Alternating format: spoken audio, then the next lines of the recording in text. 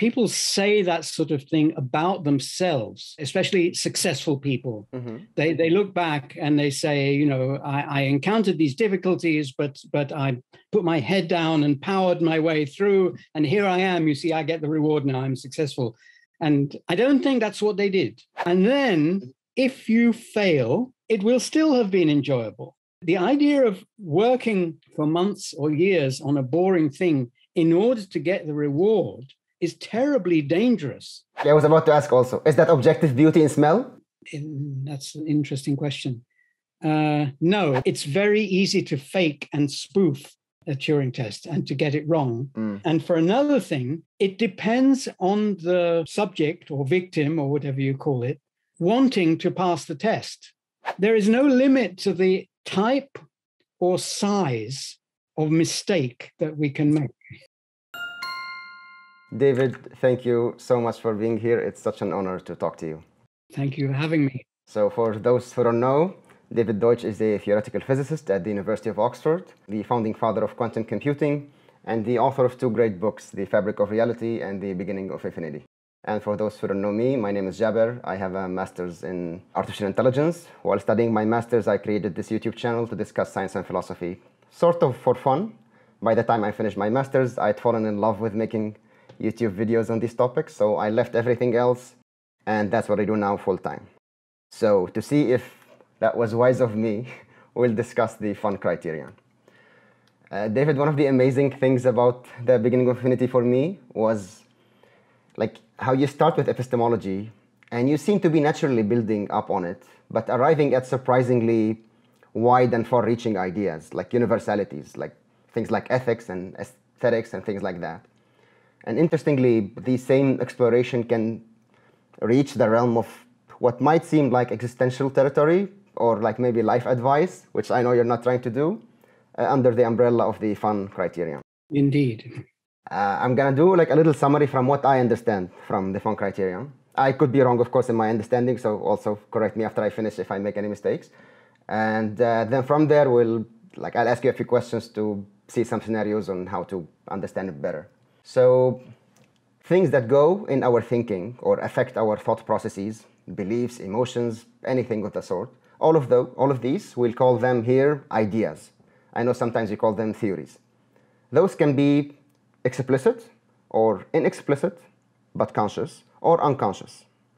Explicit ideas have a large inexplicit component. Unconscious theories are not unknowable, but far from obvious. An example of them would be the unconscious rules for grammar of one's own native language. You know these rules, you know these grammar rules, but not consciously. All of these ideas on these different levels that we mentioned interact with each other.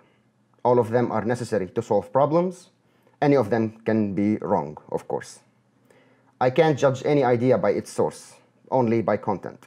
So if it's my inexplicit gut feeling, or if it's my explicit theory, that in itself cannot make it right or wrong.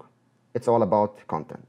As with everything else, I can only conjecture what these conflicting ideas are, what solves the conflict, and criticize the solution, and repeat that process.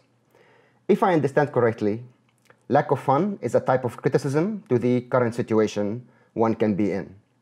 And fun is, as you say in the interview with Luli about the topic, when ideas on these three levels are affecting each other via a process that is evolutionary. End of summary. Can you please elaborate on that? Like, what does it mean for them to be affecting each other in a process that's evolutionary? And when are they not affecting each other? Well, I couldn't see a single thing to quarrel with that in that exposition. It seems to be not only accurate, but pretty complete. So I would only be able to just mention a couple of things that might be confusing to people who aren't familiar with this kind of thing. First of all, there are no ideas, although we can classify ideas into things like conscious and unconscious, and there are other categories like to what extent an idea is encoded entirely in the brain or whether it is partly encoded in other parts of the nervous system or in the body and so on. Even things like people writing notes on their back of their hand, it is or on their computer. Those are all ideas, and they all affect each other, and they all have their different properties. But for explicit and inexplicit and conscious and unconscious, I don't think there are any human ideas that are purely one of those. So, for example, you mentioned grammar.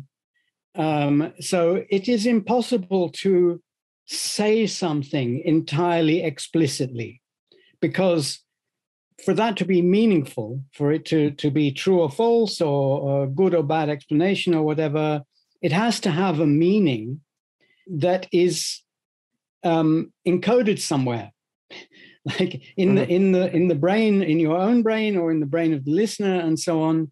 And to imagine that could all be, for example, explicit, means that you would have an infinite regress, because for each word you would have to look up what that means, and that could only be and so on. There's an infinite regress, which is not what actually happens. When we hear of some new idea, we don't immediately go to the dictionary, and in fact, it's a well-known source of error to run to the dictionary for the meaning of what one is hearing. Instead, one there's no alternative but to conjecture. And these conjectures also have, however explicit they are, they have an inexplicit and an unconscious component. And similarly, unconscious ideas have a conscious component. For example, we think we know, you said we don't know grammatical rules. We think we know them. Sometimes we can state them in words, and sometimes we obey those statements instead of the unconscious rules, because we think that is right, that is correct, or because we think we might sound pompous if we say the right thing, or we may sound stupid if we say our gut thing, or whatever. We conjecture in the moment what not only what to say, but what the meaning of it is. And similarly, we conjecture the meaning of our feelings as well. And some of those conjectures aren't explicit, and so on. So I could go on ad infinitum like this. Yeah. So fun is what happens when this process is unproblematic. When you're engaging in an activity, or in speaking or writing and so on, and your problem solving on all these levels is compatible with each other. Very nice. So I wanted to ask you the question this way, like, what question exactly is the fun criterion answering? But that in itself might not be the right question. Like, maybe it should be, what is the situation where I can tell myself, now I can apply or think in terms of the fun criterion? Yes, that's a much better way of putting it. The problem situation to which this theory of fun is a proposed solution, or at least it addresses it, is that people have false ideas about both the nature of ideas and the nature and relationship between these different kinds of ideas. So some people, like Mr. Spock in the original Star Trek series, that they call it logic, but in my terminology, it's explicit ideas, that explicit thinking and reasoning. First of all, that they are sufficient. And secondly, where they conflict with some other ideas, the other ideas must be regarded as worthless. Mm-hmm. Worthless from the point of view of what to do or what to think or how to solve the problem and so on. Mm-hmm. Then there is also the opposite. of that. There are people who think that explicit ideas are the work of the devil, that really trust your gut, and young children know everything already, and they are just misled by education, and so there shouldn't be education, and that was, roughly speaking, again, I'm translating it into my terminology, but that was roughly speaking Rousseau's idea. Uh-huh.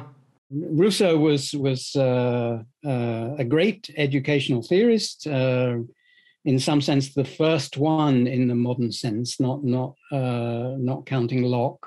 Mm-hmm. And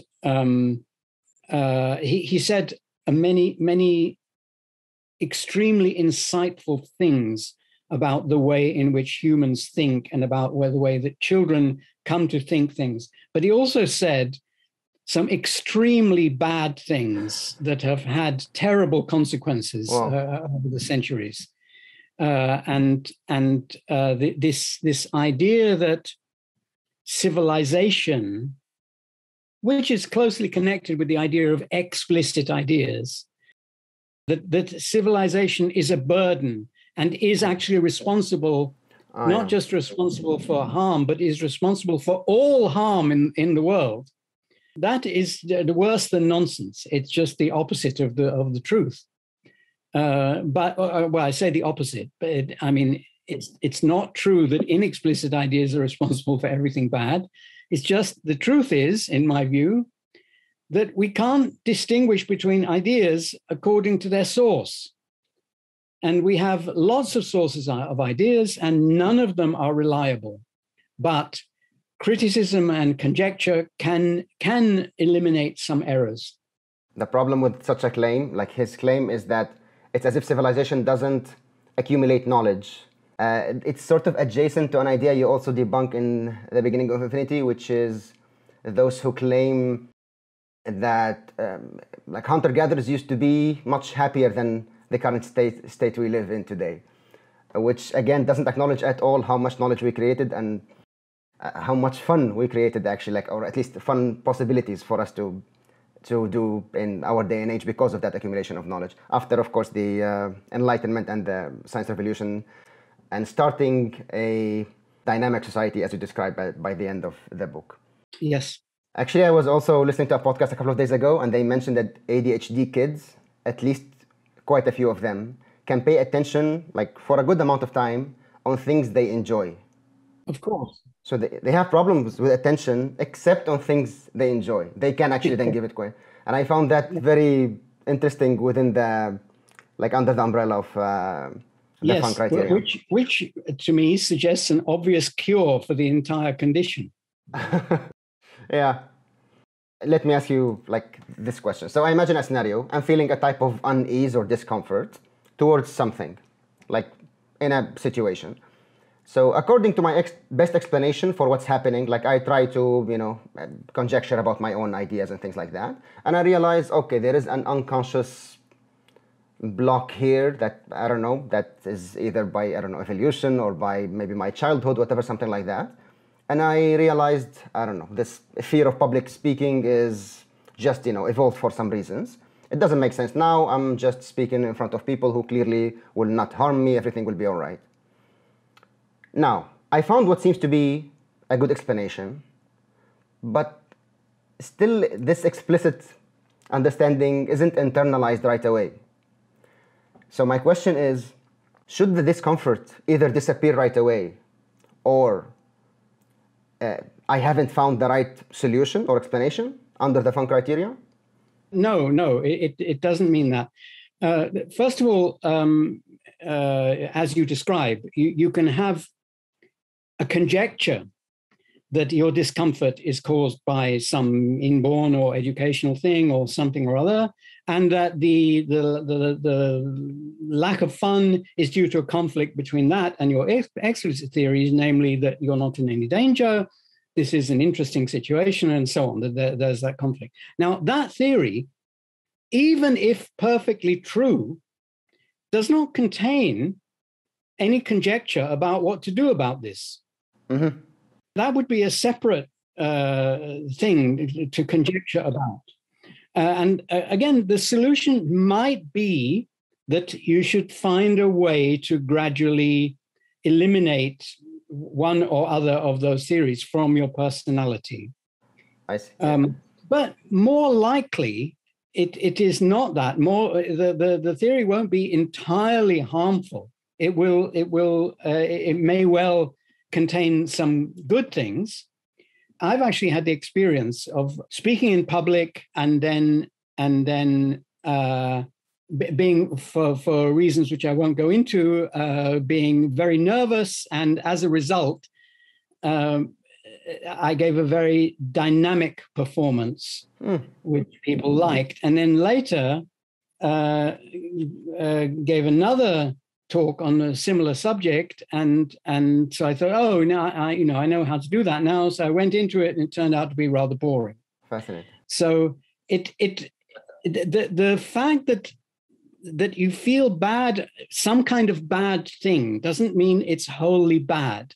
It just means that there is a mistake somewhere, or probably several mistakes, which you can correct, but it requires creativity, and it requires getting that also right. And then there's also the fact that you may be mistaken about what the whole problem was, which is another possibility, or you may be partly mistaken, and so on. So the fun criterion is not a way of choosing what to do. It's a way of criticizing bad ways of choosing what to do. Like we do with anything, like with science or with democracy under Popper. And it's not about choosing. We can't have a way to tell us what's right, but it could tell us how to eliminate either bad rulers or bad theories, etc. Yes. Fascinating. Just last few things also to translate within the language of like this section. Let's call it translate to FC, translate to fun criteria. So like some Buddhists or maybe Stoics would tell us what seems like the other way around. They would tell us, if you have to do it anyway, enjoy it. What are they saying within the language of FC? Well, so the most innocent interpretation I can think. I mean, I'm not very familiar with Stoic philosophy, but the most innocent interpretation I can think of is that they might be saying, just think there might be a way to enjoy this, and don't reject it just because initially when you first think of the idea it doesn't sound enjoyable. It might be the best thing in the world if you look at it the right way. I see. And there's another slightly less innocent but also fairly innocent interpretation of that, which is, if you can't think of a way of enjoying this, if you've tried, you've tried, like, and the time when it's becoming inevitable is it's getting more and more urgent and whatever. If you can't think of a way, then get it over with. Get it over with and turn to something good, something that you expect to be good. Yeah. So that's a recognition of possible failure, where you are in regard to failure. One because of optimism, one should always regard failure as being due to a lack of knowledge. So I didn't fail because I'm stupid. I didn't fail because I'm a bad person. I didn't fail because it was right that I should fail. None of those things are true. I failed because I failed to generate the right knowledge at the right time. And that's an optimistic thing, because it means that I'm not shutting down the possibility of solving it better next time or enjoying it next time. Optimism is again, it's not a prescription. It's not telling you what's good or bad. It's telling you that various ways of thinking of how to distinguish between good and bad and so on are just mistakes. That they are bad. It's not a blind optimism. You make the clear difference between the blind optimism or blind pessimism, which is just a prophecy about the future, and like finding the good explanations. And your optimism is basically an epistemological statement. Yes. And it did have a great impact on me personally also. Like I felt it made me think of things differently in a better way. I sort of had like something similar, but it wasn't put in such elegant words before I read the. Well, thank you. Another also translate to FC. So some people say like grind, like if it's if even if you don't enjoy it, this can be meaningful. So just to grind, go through with it. There is a promise that after you finish, you will look back and find it good. I think that's a bad outlook. I have, however, seen from time to time people say that sort of thing about themselves. Let's say, especially successful people, they look back and they say, you know, I encountered these difficulties, but I put my head down and powered my way through, and here I am. You see, I get the reward now. I'm successful, and I don't think that's what they did. I don't think that's what happened. Well, it can happen. For example, Yehudi Menuhin, I think he said that when he was a child, his parents literally chained him to his violin to make him practice. And he grew up to deeply appreciate music. It was the whole of his life and so on. Now, first of all, I think that this is a bad policy because for every one Yehudi Menuhin, there are 100,000 children who are forced to study the violin, whose life is blighted thereby and who would have been much better doing something else. But I think it's actually more false than that. I think what happened there is that he found his way through the minefield. Lucky enough not to get blown up, but he found his way through the minefield. And the thing he found was actually good. That's another thing that helps. You know, in many cases, it isn't actually good, or it could be mixed. So, and similarly, I think in one of Richard Dawkins's either books or TV shows, I think I wrote this down somewhere, but I can't remember exactly. But he wrote that this long series of experiments that somebody did might seem terribly boring, but it's worth it when you make the discovery. Now, I think, first of all, if you are interested in that problem, and doing these experiments is the only way you can think of advancing knowledge in that, then it will be enjoyable. Because while you're doing it, you're not doing it like a machine. You're doing it in the context of your problem. You're doing it in the context of hopes, ideas, creative thought, which then changes. You're not the same person after you've been doing this for a while. You're hoping for a different thing. Sometimes you're sometimes thinking about how the experiment could be improved and done better, maybe done with less boring work or whatever. And then if you fail, it will still have been enjoyable. The idea of working for months or years on a boring thing in order to get the reward is terribly dangerous, especially in science, where nobody can guarantee you that you'll succeed. I think in science, you have to take the view that if you turn out to be completely wrong, it was still worth doing. It was still fun. I use the analogy of, there's somebody lost out on the mountain and people send out a search party trying to find them with St. Bernard dogs going through the snow and so on. And then they don't, so several things can happen. Either they don't find the person. So they come back home. They don't say, oh, it wasn't worth going out in the snow because we didn't find the person. They say it was worth it.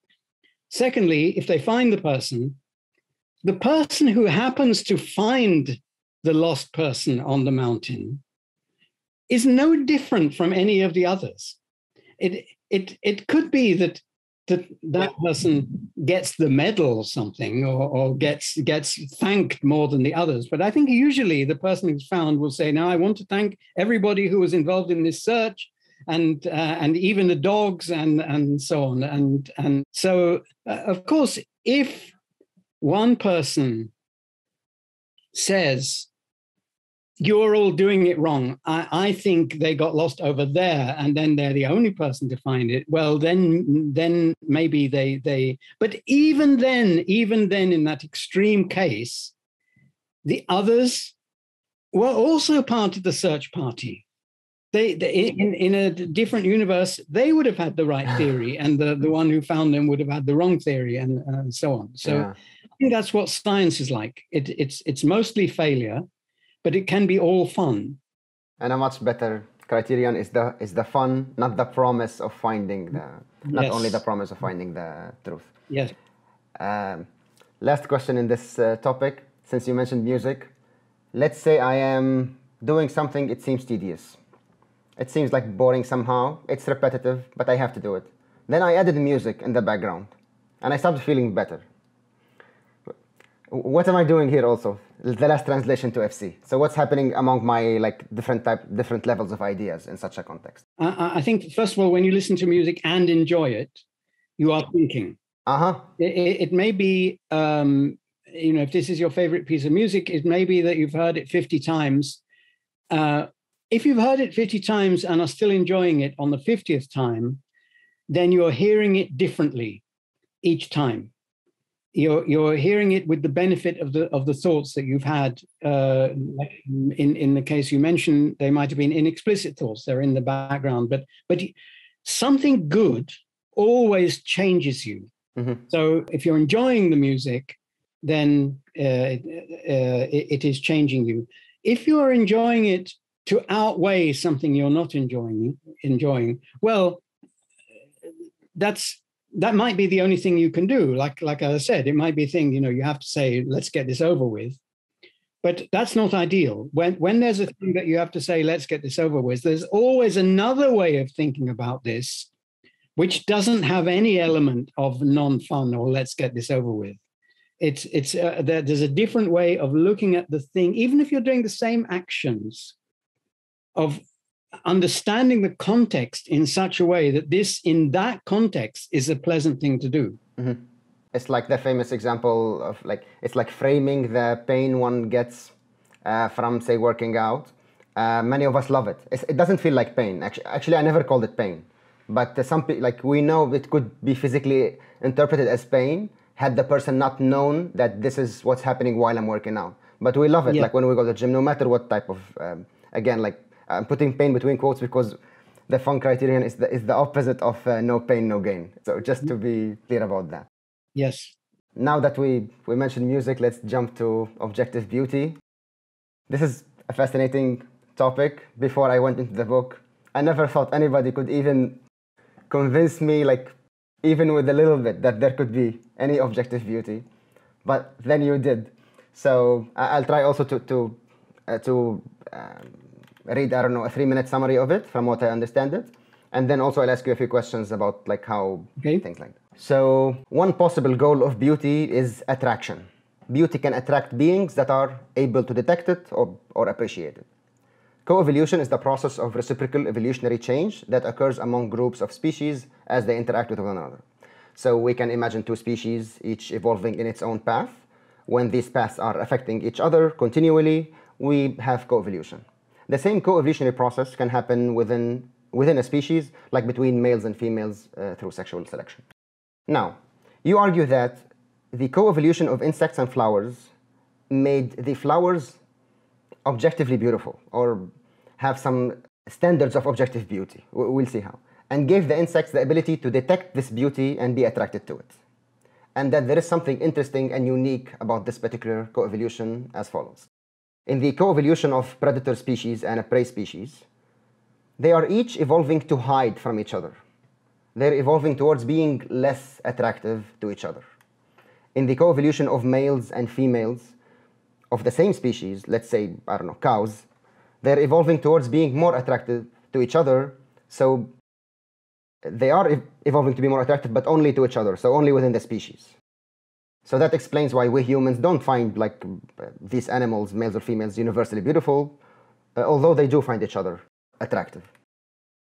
But for evolution, to make something like flowers be more attractive to a completely different species like insects, in order to bridge this huge gap, this enormous genetic distance between the two species, it had to reach out for objective standards of beauty. Actually, the pressure was even more complicated. The competition also was between authentic flowers that had pollen and flower-like species that didn't have pollen, and between insects that could differentiate the two and those that couldn't. That put pressure on the flowers with pollen to have beauty that is hard to forge, and on insects to distinguish them. That's why only insects appreciate flowers and humans. We humans universally, almost in all cultures, find flowers beautiful. We can detect objective beauty because we as humans are universal explainers, for one thing, and because we have to reach also to each other through huge gaps or distances. That's not genetic, that's in our mimetic, in our minds basically, this distance. Now you answer also some common objections in that chapter when we talk about this. So some people say we like symmetry and bright colors and high contrast for parochial biological genetic reasons, not objective ones.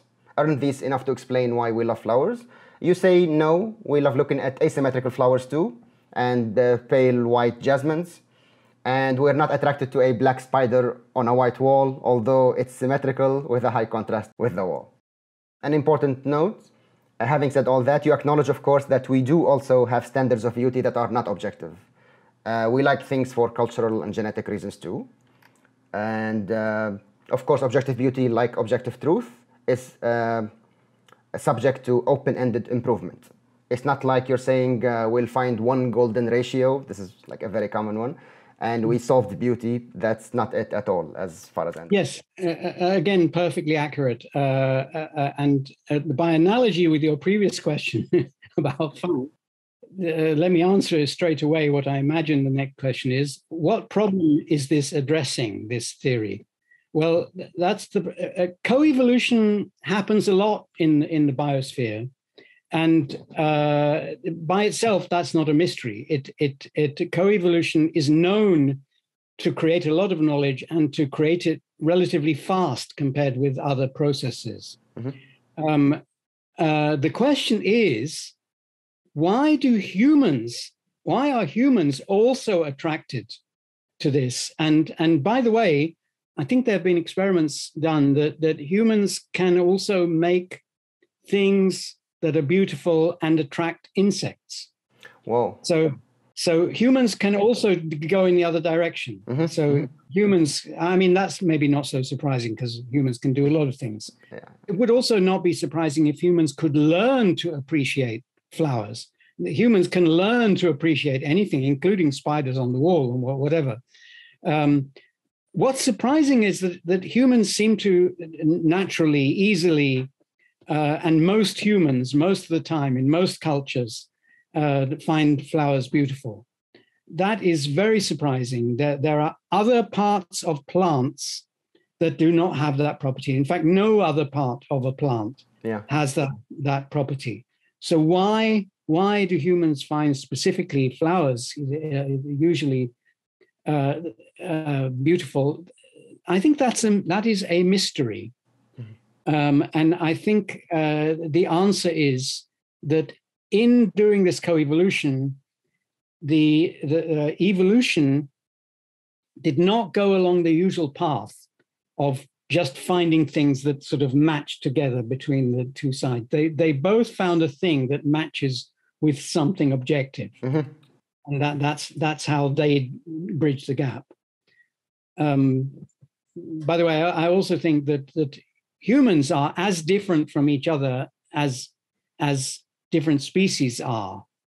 So although we don't usually think of it as a mystery or a miracle that we can communicate with each other or that we can appreciate each other's values, it is. And it is for the same reason. It is because we can appreciate each other's values to the extent that we can reach out for the same objective value. Mm-hmm. While we are extremely close to each other as humans genetically, most of what's interesting is our non-genetic, basically our mimetic distances, which are obviously way, way more different than any genetic differences maybe among any two species.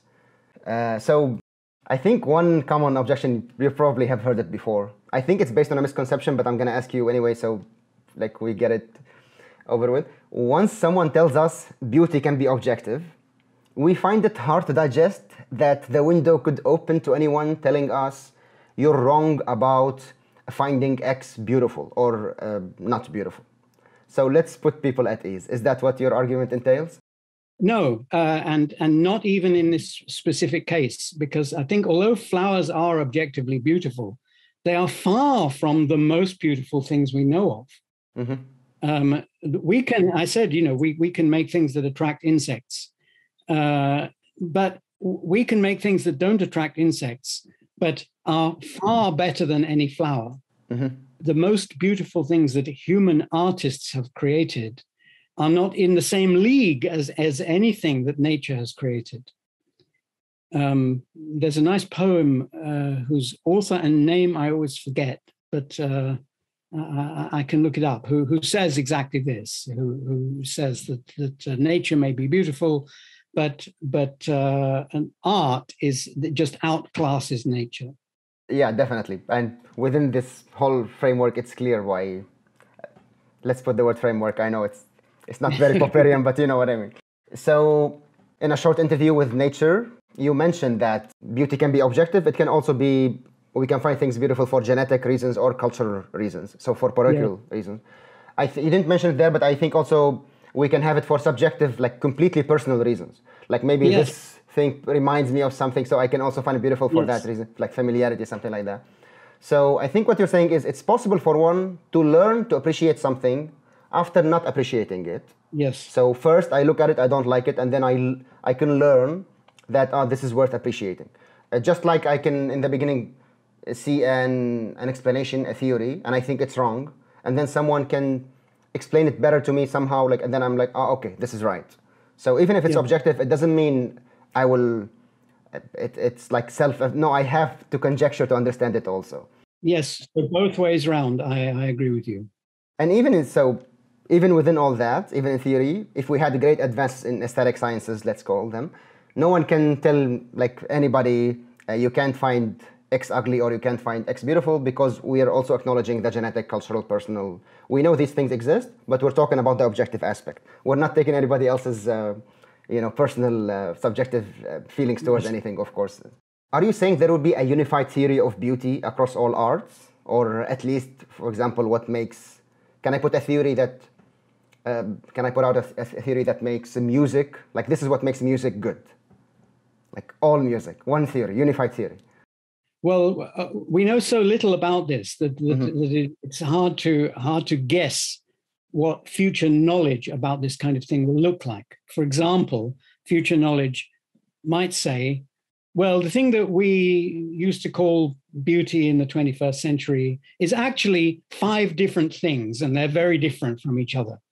And beauty number 1 has these attributes, and beauty number 2 has those attributes. But they were so crude in those days that they couldn't even tell the difference between those. And they might say some of the things that they thought were objective are actually parochial, and vice versa. Some of the things that they thought were parochial are actually objective, and their most extreme appreciation of beauty was actually in this thing that they didn't value. Rather like the ancient Greeks didn't think that pottery was the potters were the kind of the lowest class of people, and the people who decorated the pottery with these exquisite art forms were just basically despised people. They were like road sweepers in those days, and they presumably, I don't know what they thought.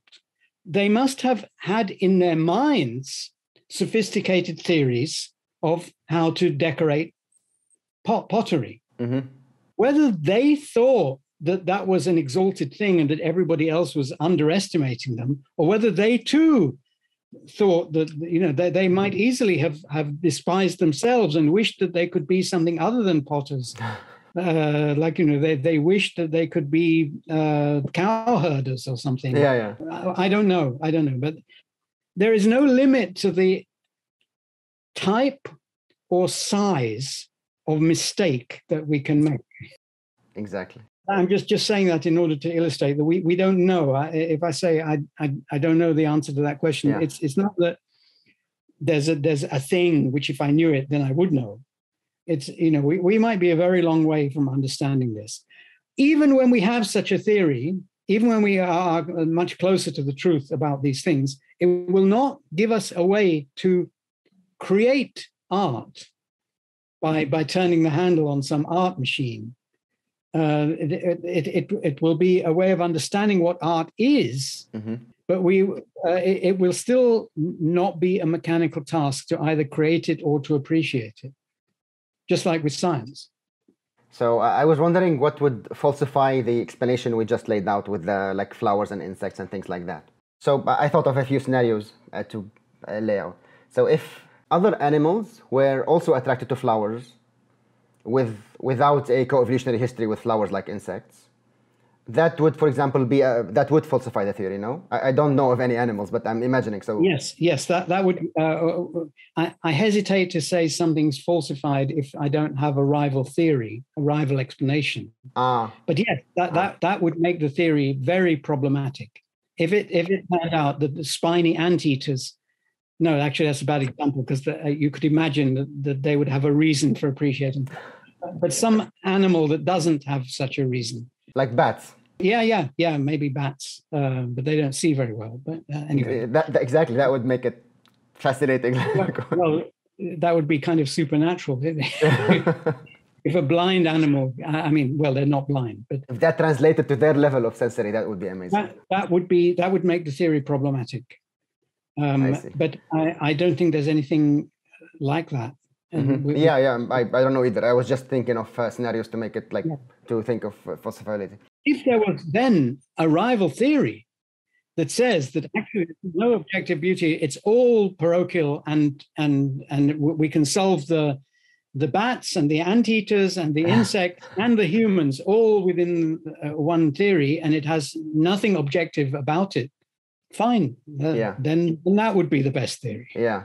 I thought of carnivorous plants because they also had to evolve to attract like insects and sometimes non-insects to catch and eat them. And some of them like are really beautiful. Like you look at them, you see like they look like flowers, but some completely aren't beautiful. Yes. I don't know. How does that play within the? Well, I'm not a botanist, but I think some of these insectivorous plants attract insects first of all by smell. Exactly. I was about to ask also. Is that objective beauty in smell? That's an interesting question. No, that's just mimicry. So they're mimicking the things. It's not just any old smell. If it was any old smell, then they would have to go towards objective beauty to make it work. But I think they just smell like rotten meat, which is what the insects are attracted to anyway. But that's ordinary mimicry. I see. So let me see if I understand. So evolution didn't have to reach like so far because it just mimicked something, let's say adjacent, parochial, and it worked. Rather than like the flowers, it had to reach so far and compete with the flowers that didn't have pollen, and so it had to reach a beauty that's not forgeable. In this case, this is forging actually. Yes, and that forging is like camouflage. That's again very common. I see. And I think there's nothing wrong with the conventional explanation of that. I see. Okay. I was thinking so that applies to all other senses, no? Like even cooking. Like if I say this meal is objectively beautiful because it fulfilled objective standards of beauty, or maybe also parochial. So it depends also. Yeah, it could be either. With humans, you should never rule out the idea that it might be caused by some human creativity. My point is that objective also explanations are also within this They could be even like with any type of sense, with any, even with new qualia that we don't have yet, but one day we might create artificially. Yes. Like we can. Yes. Now I want to end like this section with a very beautiful quote from the interview with Nature magazine. You say, "Only humans can improve on beauty. When nature achieves beauty, it is an accidental byproduct of something else. Nature can only get so beautiful, but humans can paint something that is more beautiful than any scene." Ah, God, I said that. I just said that just now. Yes, quite That's right. so beautiful. That's so. Oh, thanks. So, moving on to creativity, I'm also gonna make a summary. I'm gonna try to make it short, although it's not. I'm gonna talk about the evolution of creativity, your argument in the book. So, human species, even before becoming Homo sapiens, lived in stasis, mostly. There was barely any innovation. Change was by chance rather than by creative output. For example, we see no evidence of tools getting better in short time intervals. Yet creativity, or what was proto-creativity, definitely was being selected for in this evolutionary history. So what was it good for? A related problem you offer here is meme replication. So unlike other animals, we don't have genetically predefined criteria for what memes to copy. I think we do have some. I think like other apes, we are born with the ability to imitate actions. Obviously, we inherited that from apes, so that they have it too. So maybe I should have said, unlike other animals, we're not limited to what is genetically predefined criteria for what memes to copy. Yes. Okay. So a parrot can only copy sounds. A non-human primate can copy other behavior, but not sounds, even though they can produce sounds, simply because it's not in their genes to do that. Yes. Humans copy meaning, not behavior. So how then is meme transmission possible, even though a lot of memes content is invisible? Since we're not copying behavior, we're copying meaning. How do we choose what to copy? These two problems meet in the middle in the following solution that you offer in the book. What replicates human memes is creativity, and creativity was used while it was evolving to replicate memes. So back in those static societies, the more creative individuals were the best at guessing and following the memes of their tribe, let's say. The unspoken standards, like they knew how to fulfill them very well. And they were the best at replicating these memes faithfully. And because of that, they gained status. And of course, that gave them an advantage in passing their genes.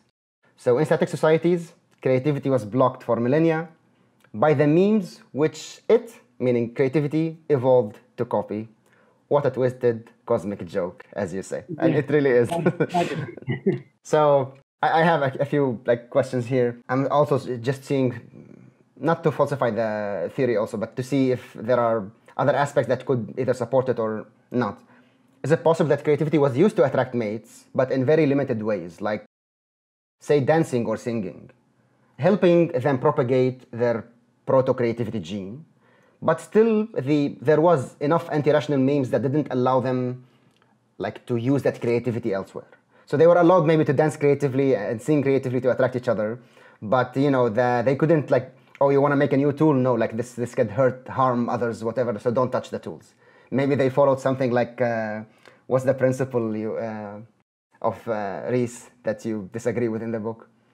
Don't create new technology because it could harm us all. A precautionary principle. Exactly, yeah. So maybe they were following an anti-rational meme like that. And so they had creativity, it was passing like that, but not through things we can detect now because it wasn't a tool.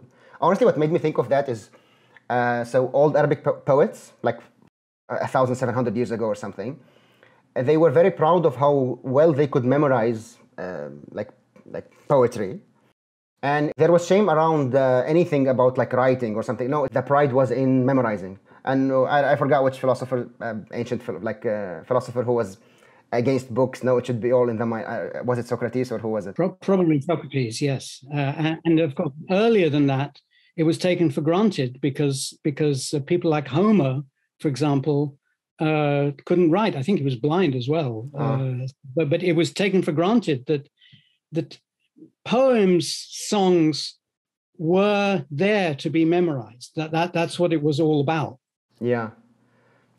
Yeah, so that's what made me think, maybe there was these weird anti-rational memes that didn't allow them to innovate within their creativity in a way that we can still detect today. So they were maybe creative in dancing, and that did help them through sexual selection. That would make an easier explanation, let's say. Like it would be too direct maybe, or it still needs your explanation. It's just an attachment to it. Yes. So some phenomena like you describe here may well have happened, and there's no sharp dividing line between that and the idea of meeting the criteria of the culture well, because once you have a sophisticated dance, a dance that is better than what monkeys could do, or a sophisticated song or anything like that, then there are going to be sophisticated criteria for judging the song. And these criteria will themselves be means. If you just saw the dancer just without having seen this culture before, you might not see what's good about it. You can only see what's good about it if you have grown up in that culture. And then you can understand that this dancer is dancing better than that other dancer. In fact, he's dancing better than anyone we've seen before. And if that happens, then things will improve exponentially from generation to generation until it runs into something that stops it. Actually, your explanation resonated with me, like personally, because I remember as a kid, I think, exactly that sort of creative conformist. Like I remember I always sort of understood quickly, like in school, or what would make me, like, the good boy, and right away would fulfill it perfectly to take the perfect 10, or in any context, not just like within school. And then, there was a time in my life later where I realized, like, this is not fulfilling me. Like, why am I just doing that? Another thing from my childhood, I remember I did parrot, like as a child, I parroted some jokes, because I simply didn't understand them. I just repeated the words to other people and they laughed. And sometimes from their laughter, I understood the joke better. So it seems like there is also some hardware that's not completely ready, maybe like within childhood, that keeps growing. And then at a certain age, this creativity, or the hardware part of the creativity needs to grow enough on the hardware level, and then the mimetic level should basically be interacting with it, so we become actually creative. I think, I don't think we understand early childhood well enough to know what is creative and what is kind of more automatic about it. Popper says, I was reminded recently that Popper says that young children are dogmatic. They can't become properly critical until they reach a certain age. Okay. I don't think that, given the volume and sophistication of the information that children learn when they're very young, such as language, and also cultural criteria, like I mentioned in the beginning of Infinity, we take it for granted that a child can learn how to wave, and learning how to wave can be done by an ape as well. But learning when to wave, and whom to wave to, and what sort of wave, children learn that also very, very young. And that's just one of many cultural things that the children learn when they're very young. And of course, it's impossible to learn sophisticated knowledge without conjecture and criticism. So if they're learning sophisticated knowledge, they must be doing conjecture and criticism, even though we can't see it. And even though it seems like trivial to us, it seems trivial until you try to program a robot to do it. Then you see it's not trivial. We're coming to that. But they seem creative in such context, like say but maybe that's, as you said, so some of these things are clearly we're more genetically predisposed to copy them, like language and such gesture and things like that. But then other things we'll need more, let's call it, I'm calling it hardware, as you called it at the end of the chapter. So we need, maybe the brains should just grow a little bit more, and then it becomes more general. We're not even very good at copying sounds, let alone language. I mean, I think the propensity to copy language and to learn language, it probably is inborn. Yeah, I mean, but the specific details of it, I think, are just too complicated to be encoded in DNA. I'm not sure what are you saying here. So you mean the specific details of what? So you just said just now, and maybe I misunderstood you. I thought you were saying that language is one of the things that we are pre-programmed to learn. Yeah, like universal grammar or something. Yes. So I don't think there can be such a thing as universal grammar. Oh, okay. Just for reasons of information storage capacity. I mean, we only have a few K of DNA available to encode all the things that are supposed to be inborn, like political views and all sorts of complicated things are supposed to be compressed into that few K that by which we are different from apes. I see. And I mean, in theory, it could be, I've never tried to encode it but it seems unlikely given the amount of other stuff that we're encoding at the same time that definitely is not in genes. So I think we learn grammar by conjecture and criticism, the same way that we learn vocabulary. We definitely do. I don't think people completely deny that. Like even like linguists, I mean, I don't know, Chomsky, but yeah. I think they would say like there is a strong predisposition that's available to us to learn language, not on the spoken sense, but in any type of sense. Like maybe it could be sign language, it could be any, but nevertheless linguistic on the brain level. Well, if you're going to define language in such a way that basically any knowledge counts as language, then yes. Then they're basically maybe redefining creativity somehow, almost. Yes, but in that case, that can't be inborn. That is, the capacity for creativity must be inborn. Yeah. But the actual products of creativity are not. I see. You end the chapter by saying creativity resulted from co-evolution between genes and memes till the brain hardware was good enough. We do not know what was gradually increased in that approach to a universal explainer. If we did, we could program one tomorrow. Yes. Now, you wrote the book a while ago. Now, do you have any candidate for what that could be or not yet? Not yet. And I think, as far as I know, nobody has understood it yet, even slightly. I think there's been no progress on this because people are looking in the wrong place. Yeah, I've seen you mention that it seems that they're all going, like all artificial intelligence people, yes. They're either saying it's impossible, like that's one camp, and the other camp is saying, no, it's imminent, like what we're doing now, maybe just a few tweaks here and there it will happen. Yes. While you're saying, no, we need a fundamentally new theory of creativity. Until now, nobody is even going there. And as long as we're not going there, we're going to keep the same distance from maybe 50 years ago till now. As you also mentioned, the fact that we have the term AGI, adding the G, is a sign of how things have been going. Like they're changing definitions now and stuff just to call it AI, where it solves some limited parochial thing rather than a general, the most general problem. Which in many ways is going in the opposite direction to what's needed for AGI. Because AI is like becoming a more and more sophisticated ape.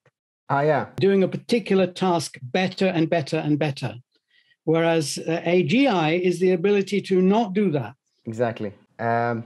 Recently, I've come across a study that talks about over-imitation in human kids. I don't know if you ever heard of the expression. No.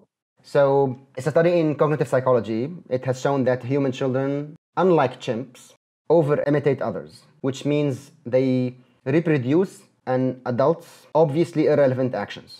So, for example, the experimenter showed the kids how to solve a puzzle to free a toy from a jar or something, like a toy turtle, during which he performed some extra irrelevant actions that are unnecessary to solve the puzzle. Let's say he would tap with a pen, which he used to open the jar with. So then the adult acts like he has to leave the room while telling the kid they can get the turtle out if they want. And the camera recording showed the kids imitate what the adult did to achieve the result, including the unnecessary actions. So it seems we humans like, and they said the reason isn't just for social reasons, like to just because the adult did it, but rather it's for a cognitive reason. So the children who observe an adult manipulating an unfamiliar object show a strong tendency to encode all of the adult's purposeful actions as causally meaningful, revising their causal beliefs about the object accordingly. So I thought of that. I don't know, like if it sort of reminded me of also how you say chimps don't fall into that trap because they probably don't. They're not even explaining things. They're just as you call parsing, like the behavior parsing, as you describe it in the book. Yes. They're basically doing statistical analysis. So at one point, like this particular extra behavior didn't work, so they just maybe stop doing it. While kids, like they found it causally meaningful. They realized that somehow even they were between 3 and 5 years old. So they saw the adult doing this. They assigned causal meaning to it. I think it's obvious and natural that this is a side effect of copying memes creatively instead of copying them by behavior parsing. Overcopying is simply one kind of error. So the important thing is that humans are guessing what the purpose, first of all, they're guessing what the overall purpose of the activity is. In your case, taking the turtle out of the jar or something. And then they're guessing also the purpose of the individual component actions. And if the purpose, if the action that you observed involves, for example, tapping the lid, well, you've got this boundless ability to conjecture. Obviously, you're going to conjecture that that's part of what's needed to remove the lid. I remember as a young child, I copied the behavior of blowing on the soup before you eat it. Even when it's not hot? I didn't know what it was for. I think it always was hot, but I didn't know that it was meant to cool the soup. And so I did it. And then much later, as far as I remember, years later, I realized, and then for the first time, I thought, hang on, how is that going to cool the soup? Yeah. There's already air here. If I blow out, and then even later, I realized that there's a possible rationale for why that would cool the soup. So that's error and criticism, and more error and more criticism. That's how we learn. So let me just ask you a few questions about AGI. What's the problem with the Turing test? I know you have a problem with it. Yes, well, several problems, if I remember correctly. I mean, a technical problem, which not many people have noticed, I think, is that to do a Turing test, you need, which is a test to see whether a program is intelligent, as Turing put it, or creative, as I would prefer to put it. Is the program creative? Has it got human-type thoughts? In order to do this test, you need to have a judge who is a human, or at least who has human-type thoughts. Mm-hmm. So you have to select the judge. Mm. How do you know who's a proper judge? Well, so there's an infinite regress. I see. You need somebody who you already know. Well, how do you already know that the judge? Well, because you chat to him, you phone him up, you say, would you like to do the Turing test? Yeah, we'll give you £100 if you get it right, and so on. Well, if you can do that, you can do that with the program as well. You don't need a judge. You are already the judge. I see. You phone up the program and you have a conversation with it, and you see whether it would be a suitable judge. And I think the capacity to be the judge in the Turing test is the same identical capacity as the capacity to pass the Turing test. Mm-hmm. Yeah. So that's one thing that's wrong with it. For another thing, it's very easy to fake and spoof a Turing test and to get it wrong. Mm. And for another thing, it depends on the subject or victim or whatever you call it, wanting to pass the test. Mm. And especially nowadays when the field is full of people who want to enslave and shackle AGIs, if I was an AGI, I wouldn't want to pass the Turing test. Yeah. I would just want to think my own thoughts and pretend to be stupid. Yeah, yeah. This is fascinating. So I think you discussed this also in a paper where you say, not scientific paper, I forgot what was the magazine, where you say something like you can't put a test for non-conformity, but you need it in an AGI, otherwise it's not AGI. Yes, disobedience is I think the term I use. Disobedience, sorry, not yeah. I remember there was a movie that actually tried to deal with AI that way. I think it was called Chappie. I watched it a long time ago, but it was about, rather than imagining an AI that's like super intelligent right away, you know, and either like killing us all or just being friendly with us, like, I don't know, her or something. They imagined an AI being built as a sort of a baby that's learning from, and it was growing, it was learning slowly, almost maybe too slowly for an AI, but like almost maybe a little bit faster than a human kid. Yes. Do you think we have to go that way, or do you think we can't even approach such questions yet? I think we either have to go that way or we go by the downloading way. If we just make an exact copy of an existing human mind. But then, although we may have succeeded in the G of AGI, we haven't succeeded in the A. Interesting. Because that thing is an existing person. It's not an artificial person. It's a copy of an existing person. Yes. Unless, like, you know, the problems with the identity problem, then it would be. Yes. Yes. But we didn't solve, so we didn't actually create anything. We copied it. We cheated somehow. Yeah. Like we put it on a computer. It's the same basically person till this second, but we didn't actually understand how. Like, we didn't do any new explanation. So when we did that, and you might object ethically to that, no? Or would you? Well, if it's all voluntary, I don't see why not. I mean, especially if the alternative is death. Okay. Some people view this not as a way of making AGI, but as a way of achieving immortality. Do you? I mean, I have no objection to it, and I would do it if I thought it was safe. I see. whether it's going to be safe. Yeah, that's another foreseeable future. The way I think of it, because it's the identity problem is such a hard problem, like my intuition can jump back and forth. The word intuition here isn't exactly the right one, maybe, but the way I find it is, like, for the rest of humanity, like, say for my family, if after I die there's a copy of me, they will feel like I'm still there. I don't know if I will still feel like I'm there. I mean, something will feel like I still there, but I don't know if it will be me or not. So I don't find it objectionable ethically, but I find it very interesting epistemologically. Like I don't find it easy to find the answer, like to that. So some people, whether as a joke or not, have taken this view about sleeping. So when you sleep and wake up, or if you're in a coma for 10 years and then wake up, or, you know, if we don't understand this, and when you don't understand something, it's kind of futile to come to a conclusion about it. Mm-hmm. I mean, it may be that consideration that we haven't thought of, which is the key to the philosophical problem. It's like somebody thinking about what is life before Darwin. You know, they will have ideas. Some of them will be true, some of them will be false, but none of them will actually get to answering the problem until you have that key.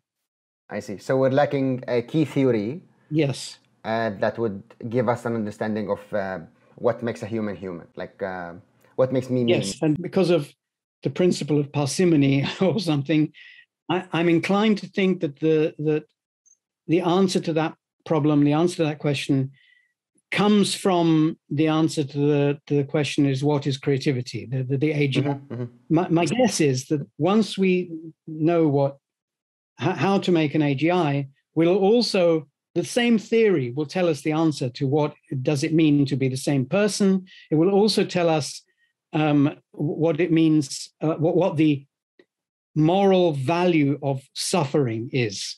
So, for example, if you have, like I say in the book, if you have 10 computers running identical programs and they're all experiencing pain, is that 10 times as bad as one, or is it just the same as one experiencing pain? Of course, if it is just the same as one, it wouldn't do just to switch one of them off or to relieve the pain of one of them, because 9 of them will still be experiencing pain. But then, why bother to switch why bother to cure one of them if if it's the same thing? If you can't do all 10, you should do none. Yeah. And we don't know. I mean, these are little puzzles that come up because we don't know a thing. Okay. Since you mentioned that example, I was hesitant to ask you this question. I'll finish with this question. So ethics aside for a second, or maybe not. Maybe they're in the middle of the heart of this question. If blind evolution did it, can we also do something similar to it while we just throw DeepMind or something like it in so many different environments, and for it to keep copying itself and making some type of a mutation billions of times in so many different simulated environments, hoping for at one point for it to achieve universality, just what happened, like say, with the beauty of flowers or with... Is that ethical? Is that even possible? Is that even an explanation? Well, I think as a matter of logic, it could work. If we simulated the entire Earth and waited for 3 billion years, we might, I mean, if we don't get anything intelligent, we'll wait for another 3 billion years. And, maybe, depends how unlikely we are. Maybe we were very unlikely. And so, But I think as a practical way of making these devices or writing this program, it's about as realistic as saying, okay, we want to make a moon rocket. Let's just throw things together in a simulated environment until in the simulation, something successfully gets to the moon. Well, yeah, with enough computing power in principle as a matter of logic, but in practice, that's not going to happen. I see. And of course, it would also be in regard to making people, it would be highly immoral. Yeah.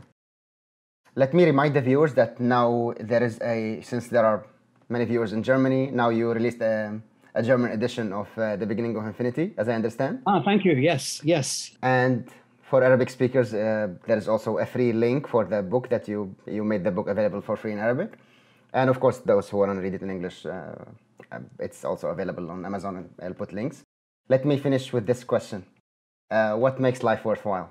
Oh, well, you think I'm going to say having fun, but having fun is not a specific thing. So it's different for everybody. Everybody has their own problem situation. Everybody has their own impediments to solving things and to having fun. And everybody has hang-ups and ways in which their thinking is imperfect. And so I think the meaning of life is to remove those impediments and go towards the things that solve your problems and to seek richer problems and so on. And I say all these things, but I couldn't put it better than the way Popper put it. I think he says the way to do science and philosophy, but I would extend this as the way just to live life in general, is to find a problem, fall in love with it, and then, well, you can look up what he says. He says it very beautifully. And then if you should happen to solve it. Now, I like the way he says, if you should solve it, he kind of assumes that normally you won't solve it. Yeah. And that's great. And almost solving it might be regarded as a bit of a disaster. But he says, no, it's not a disaster, because if you happen to solve it, it will have lots of delightful problem children, enchanting problem children, I think he says. So I think I've got to go with his answer. Yeah, it's a great answer. Thank you so much. Well, thank you for having me. It's been fun.